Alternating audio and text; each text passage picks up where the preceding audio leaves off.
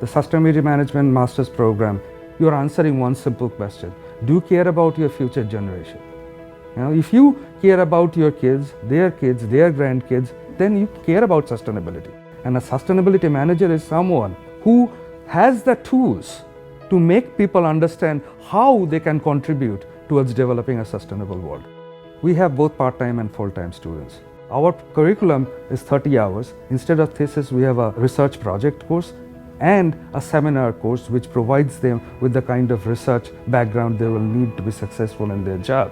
But at the same time, sustainability is not always everything about environment. It also relates to the business. They will take a sustainable business strategies course. They will take a project management course. Most of these courses are going to be taught by industry people, the people who are doing sustainability on a daily basis as a part of their job.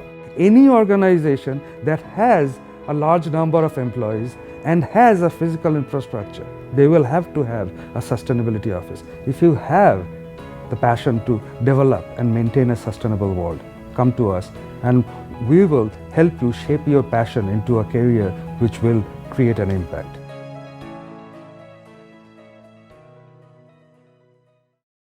The Stevens Institute of Technology is proud to present the Hugo New Corporation Sustainability Seminar Series, brought to you by Brown and Codwell, Geocetic Consultants, H2M Architect and Engineers, BEM Systems, and Catalyst Group.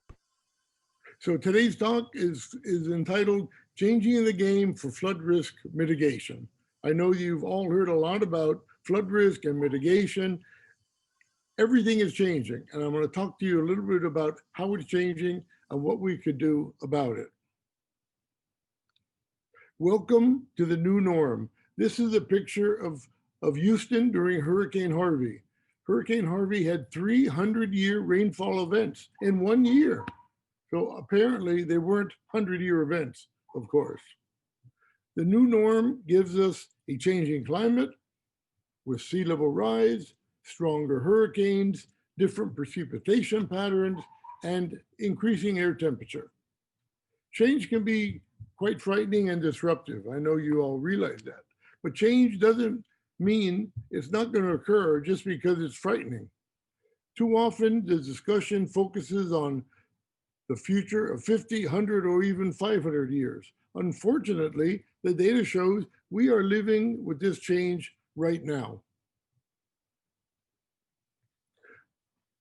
Let's begin by discussing two events which typify the changes we are experiencing. Number one was Hurricane Sandy, which impacted Hoboken tremendously. The energy from Hurricane Sandy was huge. We had more water came into Hoboken than you can imagine. There were 6 and 7 feet of water on the ground in Hoboken. These are some of the pictures that were taken after Hurricane Sandy passed by. You see all those yellow taxis in the bottom center? Those taxis were in Hoboken. Originally, all those taxis were by the pass station, where you get off the train and you take a taxi. When the taxi companies understood that a hurricane was coming, they moved those taxis to the north end of Hoboken. And guess what? It did not matter. In order to protect this kind of property from future hurricanes, we have to be aware of when a hurricane is going to come and what devastation it would bring with it. So that was one event. Look at the date on the top of my slide, October 29, 2012. And where are we today? October 27, 2020, 8 years ago. So we need to pay attention to what we're going to do to become resilient and to mitigate these effects. Right now, Hoboken is not resilient from the next Sandy. It may be within 5 years because we have a big project called Rebuild by Design, looking to build walls around certain parts of Hoboken to protect us from all this water that's coming in. The second event, which was so impactful, was Houston flooding. On the left is a picture from the New York Times when Houston was not flooded. On the right is a picture, again from the New York Times, when it was flooding. So you notice how much water came in Houston. You notice here on this bridge, there's no bridge in this picture on the right. The flooding was so big and so devastating.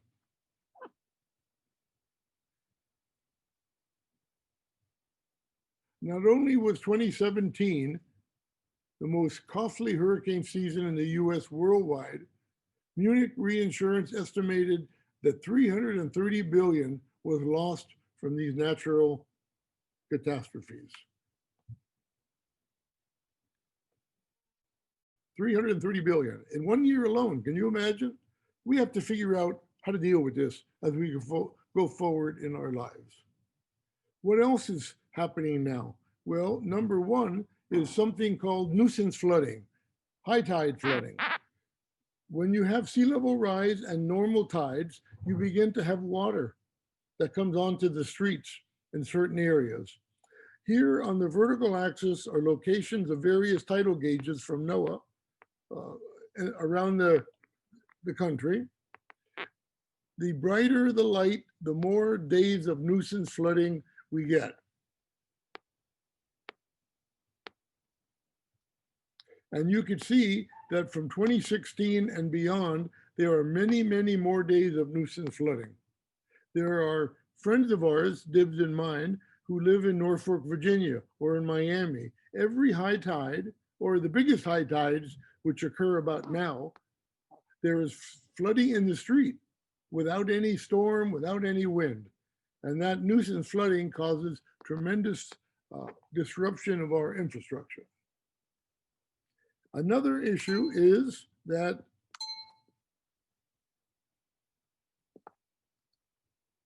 our temperatures are rising. Here's one of my favorite graphics. This is a time series from about 1900 in the blues on the left to 2020 on the right, the reds. The color is the temperature of the air globally averaged. And you could see that as we go from left to right, the temperature is becoming redder and redder, hotter and hotter. Ed Hawkins, a colleague of ours from England, created this brilliant visualization. It really shows that there's cooler years in the beginning and much warmer years now. We all live in this world designed for an environment that no longer exists. So we must figure out, what are we going to do? How do we address this new normal? I ask my colleagues and my students. Here are some ways to think about it. Let's begin to discuss resilience. The top plot is Hoboken during Hurricane Sandy. You can see how much water came in, that these cars now are covered, but this is after the storm. So the storm has come in, gone over the top of these cars, and then is beginning to recede. And if you look at it carefully enough, you can see the time on this clock in front of us.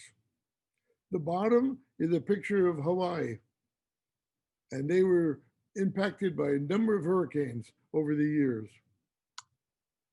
So what is resilience? Let's talk about that. So resilience to me is the ability of a community and its supporting infrastructure and socioeconomic systems to respond, learn, and adapt in order to preserve and even enhance the functionality under both expected and unexpected conditions. So it's this ability of a community to respond. That's what happens when we become more and more resilient. Is this resilience? This was New York during Hurricane Sandy. These sandbags were placed all over town to stop the water from coming in. Those grates are the subway air vents. And guess what happened? The amount of water that came in was double the height of those sandbags. We have to figure out what to do, of course. So let's talk about the path towards resiliency. Number one, we need to understand our physical vulnerabilities.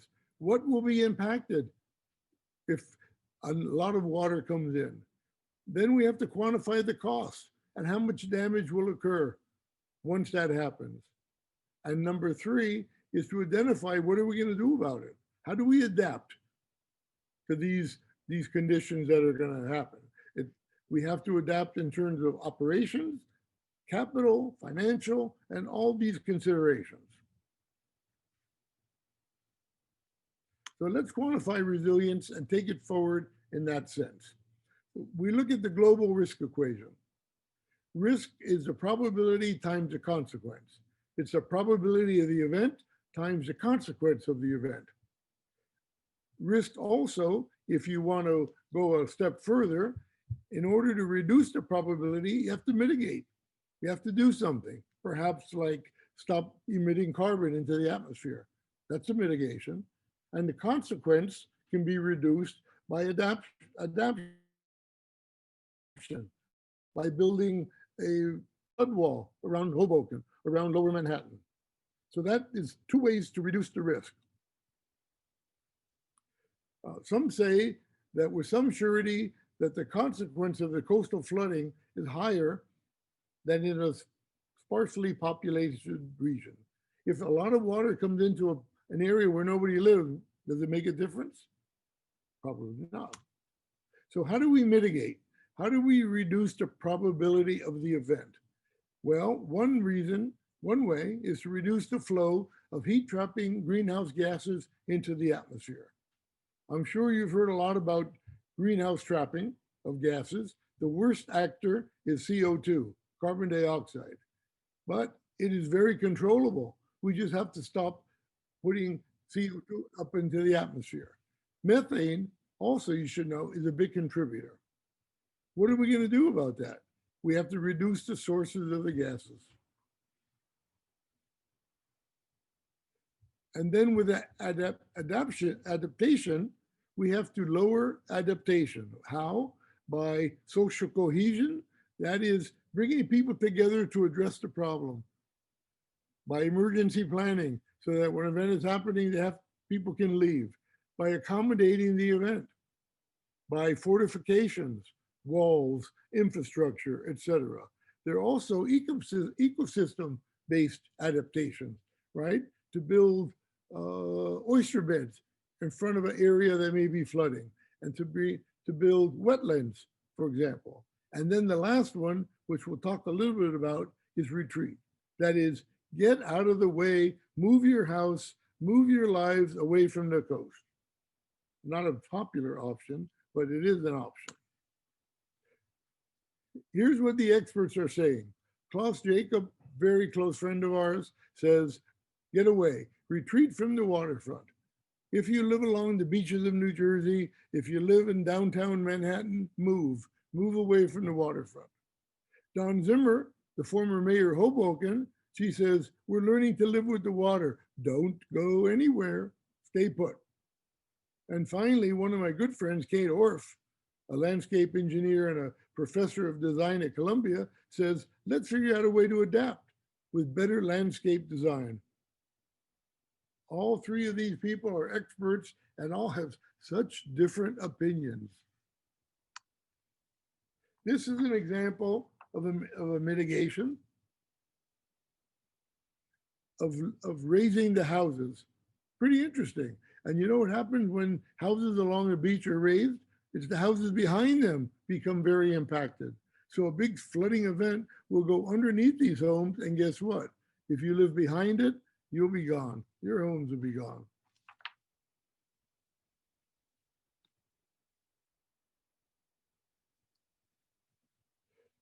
Other ways to protect ourselves from the environment are to build walls. This is an area of downtown Miami.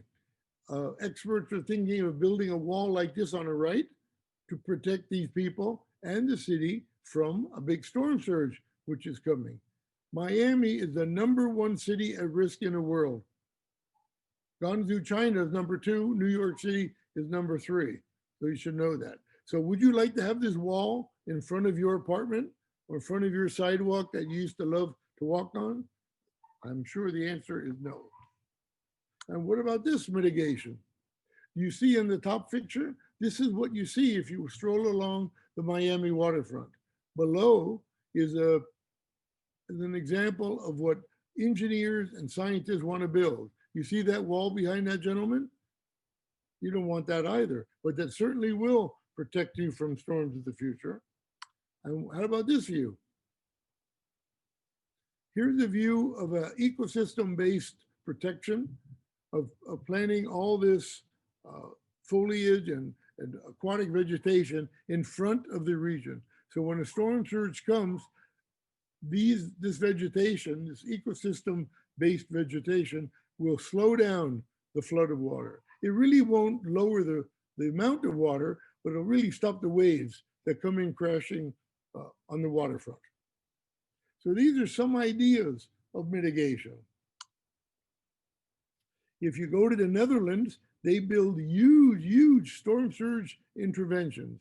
These are two storm surge interventions in the Netherlands. The first one on the left are these big gates that are in place. And what happens when an event is occurring, these gates go down into the water column and stop the water from coming from left to right into the system. But you notice this infrastructure is in place all the time.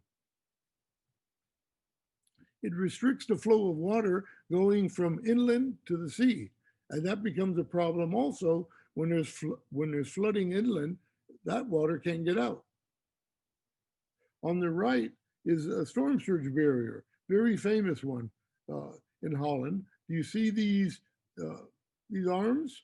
Well, when there's an event coming, the arms swing out and block the water from going through. And when there's no storm surge, these wings retract into these tracks. They're deployed, I don't like to say once a year to make sure they work. They are controlled by computers entirely, no human in the loop, because it's up to the human to decide when to close it. And sometimes you want to close it, but the shipping industry doesn't want you to close it because no ships obviously can go in and out when it's closed.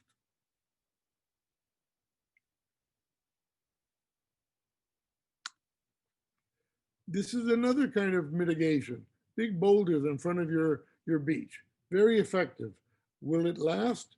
Well, storm after storm will take that sand away, and eventually these rocks will fall into the ocean. Interesting, but that's what will happen.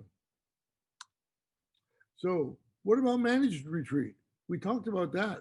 Is that really an option? This is a picture from Staten Island where Hurricane Sandy devastated this whole region. Now this is what it looks like. Houses are being removed and not replaced. And the state is buying up the property so that it won't happen again if there's another Hurricane Sandy. So let's talk about the goal of resilience. This is one of my favorite pictures that was created by a group of Stevens faculty and students. On the horizontal axis is time. On the vertical axis is a measure of flood protection. So from T0 to TE, when an event occurs, we're under a case of reliability, right? Everything is the same, we're happy going along, and all of a sudden, this event occurs that drops us greatly from TE to TD, right? Do you see that? So we become very vulnerable under those times. And once we hit this TD, then we begin to recover until TS. And at TS, we do something that brings us back higher than our vulnerability period. But I don't like that. Where'd that go? What usually happens is as we recover, when we go up this to T final, we are lower, you notice, than where we started. So every event lowers our life, quality of life, and our flood protection.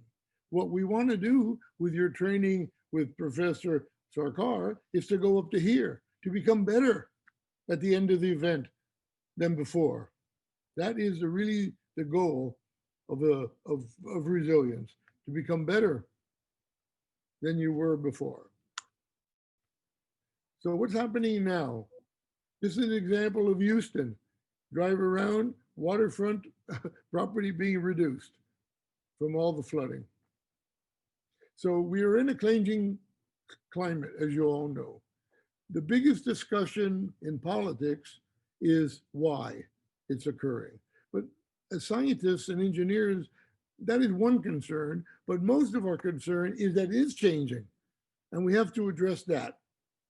Here is a view of three different scenarios that scientists are making to figure out what's happening into the future, right? Time is on the horizontal scale and temperature changes on the vertical scale. The red is 2050, and if you go across, that's 4.5 degrees of Fahrenheit change. In this picture, it gives you three different scenarios plus the observations to give you a sense of what has happened in here and what is likely to happen into the future. These are RCP scenarios that we need to pay attention to. They're the ones argued about all the time in the press, if they're realistic or not. What I've learned is if we stop emitting greenhouse gases into the atmosphere, we are still going to get this warming. It is locked in, unfortunately, and we really have to figure out how to address it. Another change is sea level rise. This is a cartoon from the New Yorker that shows you what scientists are thinking may happen in New York City with sharks and fish covering the city. Global sea level rise. How much water is coming? Here's a graph that Jupiter uses all the time. Horizontal axis is sea level rise in terms of years, time, and vertical is how much sea level rise is going to occur. At 2050, we can see these scenarios shows that there could be 2 more feet of water in New York Harbor, 2 more feet of water off Hoboken. So as you walk on Sinatra Drive, imagine 2 more feet rise of water that's coming in. You'll be flooded all the time on Sinatra Drive. You'll be flooded all the time at the PATH station, unless we do some intervention. The historical signal is the black one, and that's what I wanted you to see as well here. It shows you that sea level is rising even if we didn't have all this greenhouse gases in the atmosphere. Precipitation also is going to be dramatically affected. Intense rainfall is increasing in the Northeast United States. You see lots of flooding, and the projections from sea level, from climate change analysis is that water will come from the sky in bunches. It will not be low-level showers, over a few days. It will be all concentrated in events.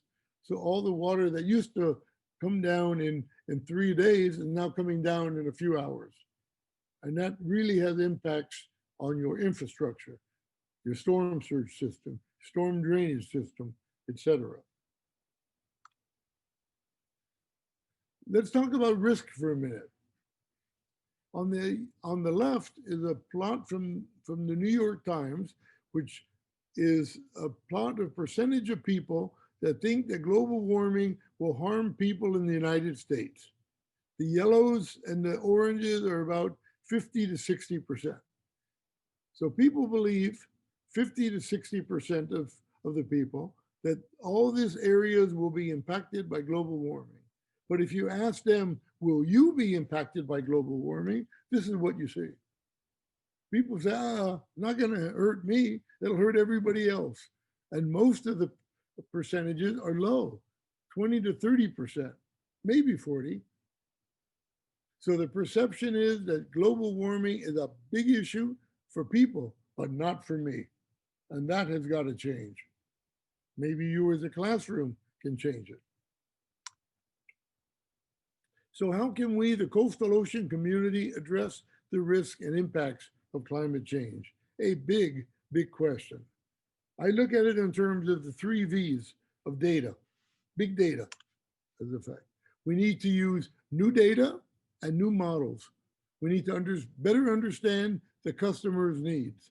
And we have to foster innovation across business, politics, academic, and social fabrics. We have to do these 3 things. And if we do, then that will really be a way to reduce and address the impacts of what's going on. So let's talk about big data and my V's: volume, velocity, and variety. First, let's talk about volume. The amount of data that is coming in is unprecedented. 90% of our species data was created in the last 2 years. Can you imagine? In the last 2 years, 90% of all the data that we've accumulated has been collected. So big data, first and foremost, it has to be big. And in this case, we measure big data by volume. Where do we get data from? Well, you're all aware of satellites, cell phones, connected vehicles, and many other sources. There's so much data coming in that only intelligent systems can fully exploit them. You can't even plot, can't even make correlations with this data unless you consider big data issues. So here's some more statistics that I found so interesting. There are 3.7 billion people online, 40,000 Google searches every second. That's why Google is so wealthy of a company. 4 million YouTube videos watched a minute, et cetera, et cetera. Big data, right? Our second V is velocity.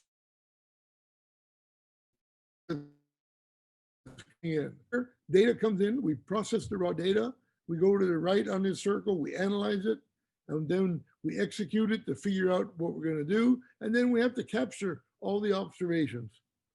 So we go from raw data to useful data. Just because you have all this data doesn't mean it's any good unless you can make some sense about it.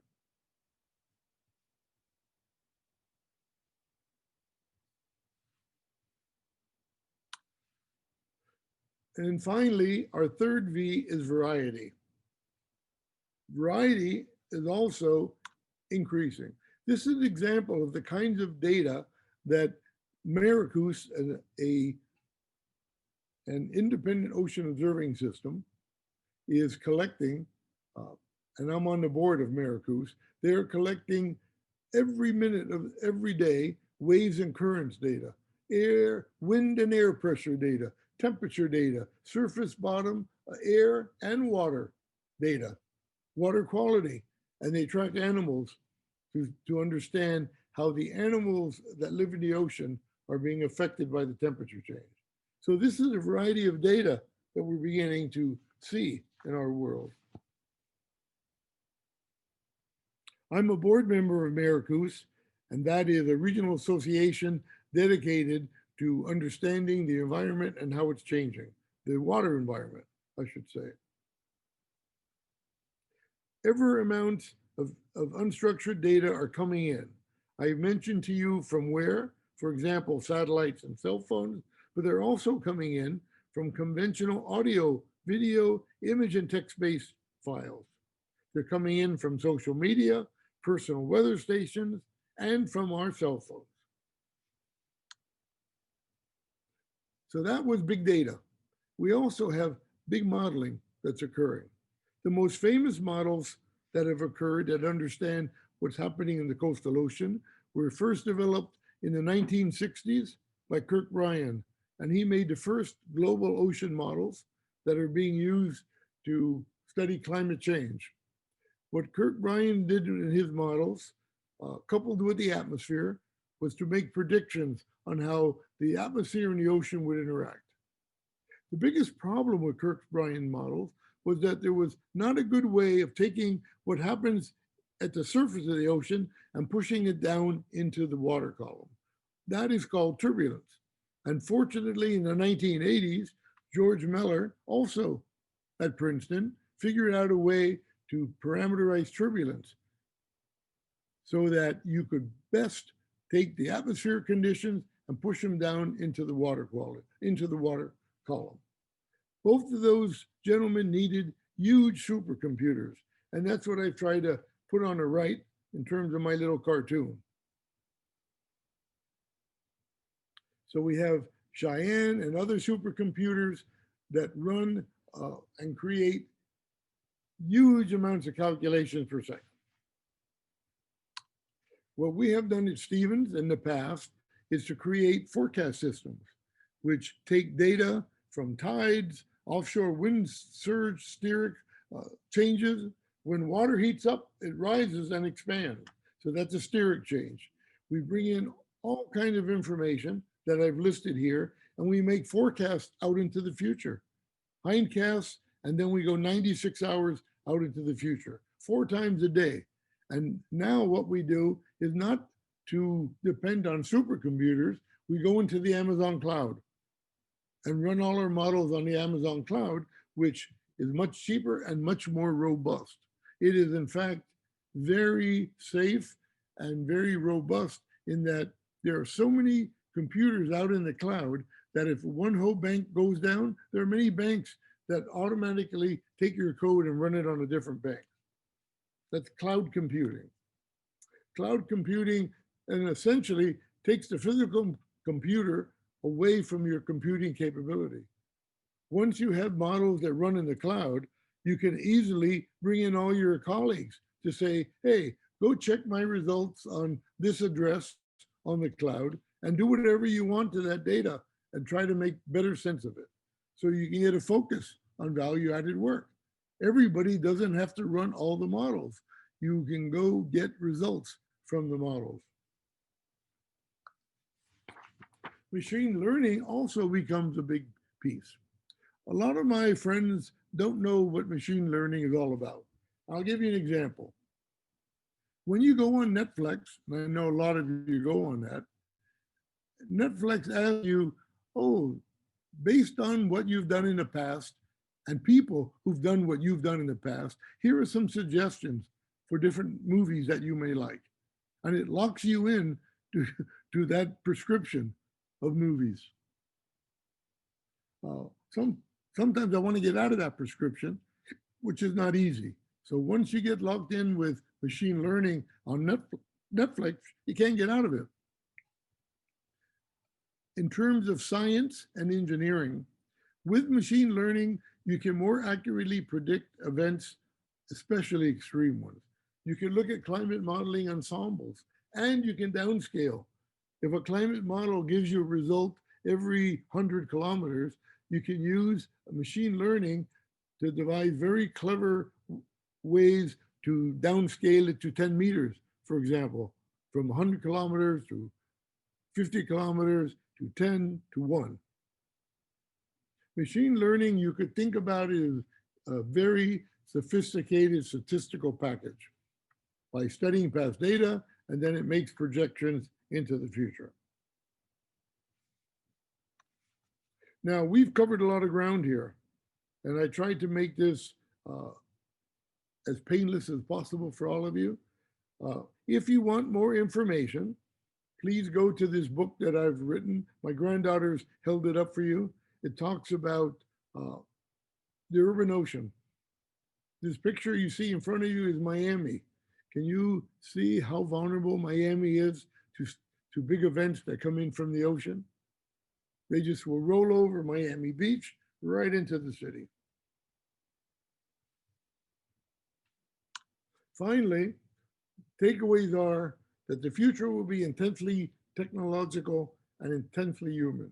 We need to understand how to prepare, respond, recover, and adapt to what's going to come in terms of sea level rise, warmer atmosphere, etc. We need to preserve the function, not the system. We have to change our system so that it will protect us from whatever is going to happen. We need to monitor, respond, learn, anticipate. It is all about people and how they respond. And finally, a quote from one of my heroes, Steve Jobs. Steve Jobs said, focus on the most important problems and look for new ways to do things better. He said, if you don't do something in a different way, you will make the same mistakes you've always been making. And now I challenge you students to figure out a way to think differently, take us into the future in a way that we will become more resilient and have a better life. Steve Jobs said, think differently. And that's what you need to do as you go forward. Thank you very much. I look forward to your questions.